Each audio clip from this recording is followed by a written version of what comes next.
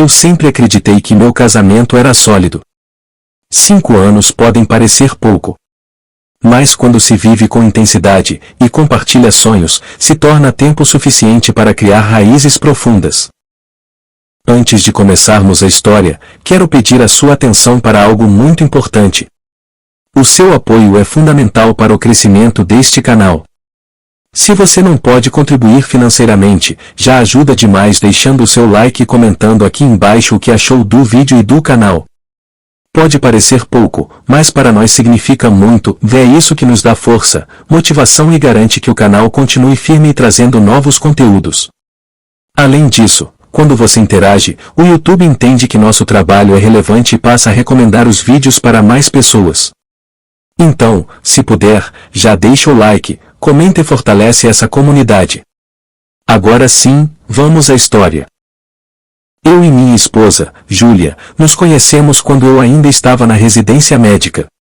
Ela era fisioterapeuta, e chegamos a participar de alguns plantões na UTI do hospital. Uma mulher que parecia ter nascido para iluminar os dias de quem estivesse por perto. Eu me apaixonei pela simplicidade dela, e talvez esse tenha sido um dos meus maiores erros. Errei ao acreditar que aquilo que ela demonstrava ser, era verdade. O fato é que namoramos, noivamos, e pouco tempo depois, nos casamos. Foram anos bons, sem grandes brigas ou conflitos. Eu trabalhava muito, é verdade. Médicos vivem presos entre plantões, emergências e o cansaço constante. Mas ela também trabalhava em hospitais, e sempre dizia entender essa rotina exaustiva que eu levava. Por muito tempo confiei que o nosso casamento estava bem. Acreditava que não havia nada com o que me preocupar. Mas eu estava enganado. A paz e a felicidade que eu imaginava existir, só existiam na minha cabeça. Sei que todos os casais enfrentam dificuldades, mas eu não percebia nada de anormal no meu. Pelo menos até aquela noite. A noite em que tudo o que eu acreditava, ruiu diante de mim. O meu casamento desmoronou diante dos meus olhos. Na verdade, eu nunca pensei que a Júlia fosse capaz de fazer aquilo comigo. Mas ela fez. E tudo veio à tona durante uma festa. Era a festa de aniversário de um colega da academia. Confesso que fui mais por insistência dela, do que por vontade própria. Eu estava cansado, tinha acabado de sair de um plantão e só pensava em dormir. Mas, como sempre, abri mão de descansar para fazer a vontade dela. E hoje, ironicamente, agradeço por ter ido. Porque se eu não tivesse ido naquela noite, talvez jamais teria descoberto o que acontecia bem debaixo do meu nariz. Naquele dia, Júlia parecia empolgada até demais em ir a essa festa. Ela falava o tempo todo que precisava se distrair, dançar e rever os amigos. A festa seria em um salão alugado, em um lugar um pouco distante do centro. Quando chegamos, ouvimos a música alta, as risadas dos convidados. Eu fiquei mais quieto, sentado, em um lugar mais reservado, conversando com alguns colegas de profissão. Júlia, por outro lado, logo se misturou aos demais convidados. De tempos em tempos, ela vinha até mim, trocava algumas palavras, mas logo voltava para junto das amigas. No meio da noite, depois de algumas cervejas, levantei-me para ir ao banheiro. E foi ali, naquele corredor meio afastado dos outros convidados, que tudo começou a ruir. Não sei dizer se tudo aconteceu por acaso ou por obra do destino. Só sei que eu estava prestes a sair do banheiro, quando ouvi a voz da minha esposa. Ela estava conversando com alguém, praticamente na frente da porta do banheiro. E eu conseguia ouvir cada palavra sem esforço algum. Eu ia abrir a porta e surpreendê-las, mas algo que ouvi me fez parar onde estava. Fiquei imóvel, com o coração acelerado, tentando assimilar o que tinha acabado de ouvir. Mulher, eu não sei como Jorge não desconfiou de nada. O Marco me pegou de jeito da última vez, e cheguei em casa morta. Quando foi isso, Júlia? Perguntou a amiga. Foi na terça. Eu disse ao Jorge que ia pro Pilates, mas na verdade fui vê-lo. A gente ficou no carro, e eu juro amiga, nunca senti aquilo antes. Fizemos 2 vezes ali mesmo no carro. O cara é insaciável, rude, e tem um jeito diferente de fazer, entende? Quando ele me pega assim, eu fico louca, mas me sinto viva, como nunca me senti antes. Meu corpo travou. Eu não conseguia acreditar no que estava ouvindo. Aquela não era a mulher que eu conhecia. Mas ela continuava a falar, sem imaginar que eu estava ali, a poucos centímetros de distância, separados apenas por uma porta. Marcos? O nome ecoou na minha cabeça. Ele era o instrutor da academia, o mesmo homem que me atendeu quando fui fazer a matrícula meses atrás. E agora eu descobria, daquela forma brutal, que ele era o amante da minha esposa. E o Jorge? Perguntou a amiga. Júlia respondeu, sem hesitar. Mulher, tomara que ele nunca descubra. No fundo, eu o amo, mas ele é bom demais, previsível demais, sabe? O Marcos, não. O Marcos me desafia, me faz fazer coisas que eu não quero. Ele me toma por inteiro, entende? Eu gosto do perigo.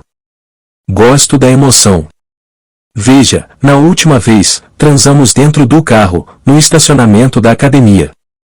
Esse tipo de emoção, eu nunca teria com o Jorge. Ele não é de se arriscar, sabe? E foi aí que algo dentro de mim se quebrou. E eu sabia que tinha que fazer alguma coisa. Então abri a porta do banheiro de repente, assustando as duas. Que ao me ver, ficaram aterrorizadas. Então é assim que as coisas são, não é, Júlia? Perguntei, com a voz embargada. Então é isso que eu significo para você? Um homem previsível, incapaz de te satisfazer? Foi tudo o que consegui dizer. Jorge, eu posso explicar. Disse, ela pálida, sem saber o que fazer. Meu amor, espera, me deixa explicar, por favor. Explicar o quê, Júlia? O que você tem para me explicar? Interrompi, com um riso amargo. Eu ouvi tudo, Júlia. Ouvi cada palavra, cada confissão. E não preciso escutar suas desculpas. 5 anos lutando para te dar o melhor, e é isso que eu recebo em troca? Ela tentou se aproximar, mas eu recuei. Não houve gritos, nem escândalo. Ninguém além das duas ouviu o que eu disse. Eu não quis fazer cena, já bastava a humilhação de saber que algumas pessoas ali talvez já soubessem da traição dela. Então peguei minha jaqueta, olhei firme nos olhos dela, e disse: Hoje, o Jorge que você conheceu, morreu. Fica aí com seus amantes, e não me procure mais. Você jogou fora 5 anos de casamento, e perdeu um marido que te amava de verdade. Espero que a emoção que o Marcos te deu tenha valido a pena. Saí do salão sem olhar para trás. Peguei o carro e fui embora. Durante todo o caminho, o celular não parava de tocar. Era ela, ligando e mandando mensagens sem parar. Também recebi mensagens de alguns amigos que estavam na festa e me viram sair às pressas, perguntando se estava tudo bem. Mas nada mais estava bem. Naquela noite, a minha vida inteira tinha mudado. Cheguei em casa, entrei no quarto e comecei a jogar roupas dentro da mala. Peguei meus documentos, algumas economias, e deixei o resto para trás. Eu só queria sair dali o mais rápido possível. Mas, quando estava prestes a sair, ouvi o portão se abrindo. Era ela. Júlia chegou ofegante, os olhos vermelhos e a voz trêmula. Jorge, por favor, me escuta. Podemos resolver isso. Me perdoa, eu sei que errei, mas não foi como você pensa. Não me interessa, Júlia. Nada do que você disser vai mudar o que eu agora sei de você. Eu não quero mais ouvir sua voz. Me deixe em paz. Ela tentou bloquear a porta, mas eu desviei e passei por ela. E saí sem destino. Eu só queria ficar longe dela. Naquela noite, dormi dentro do carro. Ou melhor, passei a noite dentro do carro, porque dormir, eu não consegui. No dia seguinte, fui ao hospital, e pedi afastamento do trabalho. Não queria continuar vivendo a mesma rotina, que de alguma forma, ainda me lembrava dela. Também liguei para meus pais, e percebi que eles já sabiam que eu tinha saído de casa. Júlia havia telefonado para eles procurando por mim. Expliquei tudo o que tinha acontecido na noite anterior, e disse que precisava me afastar por um tempo. Disse que precisava sair da cidade para esfriar a cabeça. Por sorte, no dia seguinte consegui vender meu carro. Também saquei parte do dinheiro da conta corrente, e depois desapareci sem dar explicações. Por um ano inteiro, ninguém soube de mim. Nem minha família, nem meus amigos. Foram meses difíceis. Nesse período, eu ainda continuava recebendo ligações e mensagens de Júlia. Toda vez que eu bloqueava um número, ela entrava em contato através de outro. E isso continuou até aproximadamente o 8º mês, quando finalmente as ligações dela diminuíram. Não cessaram, apenas diminuíram. Fui parar no interior, numa cidade pequena, perto do mar. Consegui trabalho como médico plantonista em um posto de saúde. Mas, por dentro, eu era um homem em pedaços. As palavras dela ainda ecoavam na minha mente, como uma ferida aberta que não cicatrizava. Olhando para trás, percebo que eu poderia ter resolvido isso de uma forma diferente. E guardo vários arrependimentos. Mas o principal foi não ter visto o meu pai antes de deixar a cidade. De não ter permanecido ao lado dele, quando ele mais precisou de mim. Nesse tempo longe de tudo e de todos, aprendi a conviver comigo mesmo. Confesso que o sofrimento me fez amadurecer, me abriu os olhos, e me fez entender que Júlia só me fez de palhaço porque eu deixei. Já fazia quase um ano que eu tinha deixado a cidade. Que eu tinha me isolado do mundo. Eu estava começando a colher os frutos da minha nova vida, quando o meu telefone tocou, e me trouxe de volta. Era minha irmã. A voz dela tremia ao me dar a notícia que eu tanto temia. Jorge, o papai faleceu. A notícia da morte do meu pai me fez novamente repensar os meus atos. E concluí que eu não poderia começar uma nova vida, sem encerrar a velha. Eu precisava voltar e encerrar aquele capítulo da minha vida.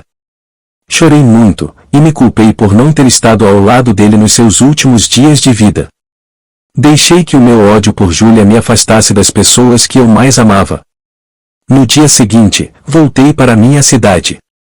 Eu não podia continuar fugindo. Tinha que colocar um fim naquilo que, um dia, chamei de casamento. O enterro do meu pai foi silencioso. Frio. Muita gente, poucas palavras. E, como se o destino quisesse testar a minha calma, eu a vi novamente. Ela estava lá. Júlia permanecia parada, à distância, me observando. Mas não teve coragem de se aproximar.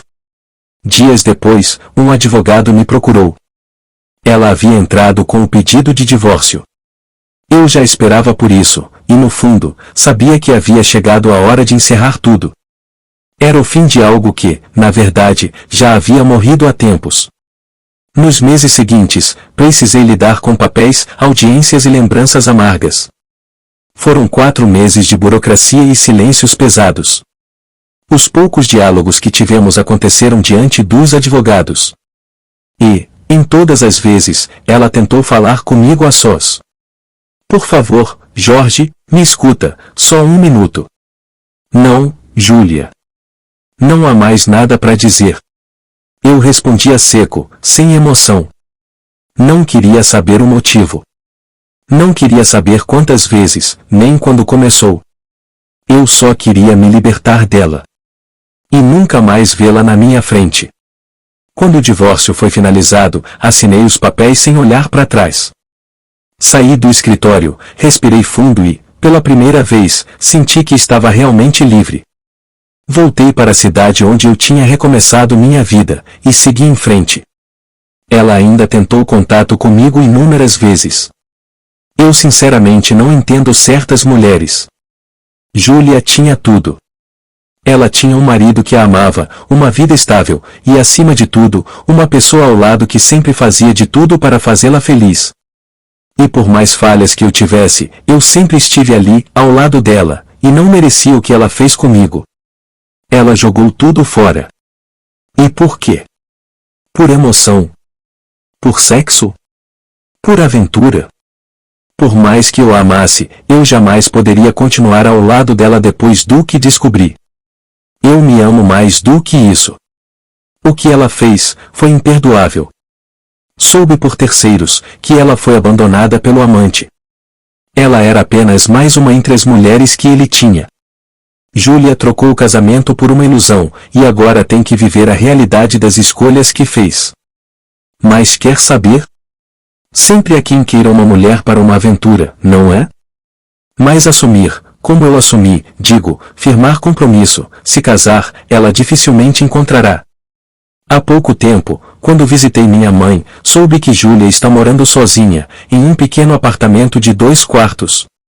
Foi o que ela conseguiu comprar após o divórcio. Aos poucos, ela está aprendendo a viver com as consequências das próprias escolhas. E eu, que um dia temia a solidão, descobri que ela podia ser boa. Silenciosa, mas boa. Foi ela que me fez crescer, amadurecer e entender que a paz vale mais do que qualquer amor desequilibrado. Hoje, quando olho para trás, não há mais raiva. Apenas a certeza de que eu fiz o que precisava ser feito. De que, às vezes, se afastar é o único jeito de se salvar. Porque o perdão pode até ser divino. Mas esquecer é humano demais para ser simples ou fácil de fazer. Espero que você tenha gostado deste vídeo. Se esse conteúdo foi relevante para você, inscreva-se no canal e deixe o seu like. Isso fortalece o nosso trabalho e nos motiva a continuar trazendo novas histórias para você. Participe também nos comentários, compartilhando a sua opinião ou experiência. A sua interação é fundamental para o crescimento da nossa comunidade. Além disso, quando você interage, o YouTube entende que nosso trabalho é relevante, e passa a recomendar os nossos vídeos para mais pessoas.